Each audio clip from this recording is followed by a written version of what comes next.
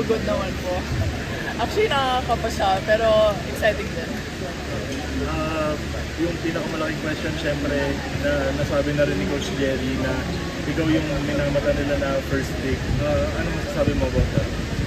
Of course, I'm very honored na ako yung first choice nila and I'm grateful for it. So, I just hope na I will go there soon. Hindi, ano lang yung feeling na parang medyo matagal ka na daw nila kinaay kasi nagkakaroon na daw ng talks with the management, sabi ni Coach Jerry kanina.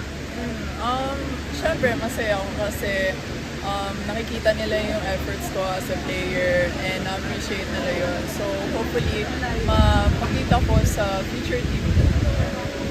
Ayun, alam naman natin, bagong team, rebuilding, tapos winless last season. Kung matutuloy na, ano lang yung ma-offer mo sa Zeus Coffee?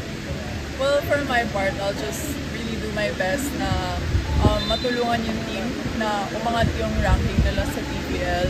And of course, there's always gonna be pressure, but I'll put that aside and just focus on working hard on myself and helping the team.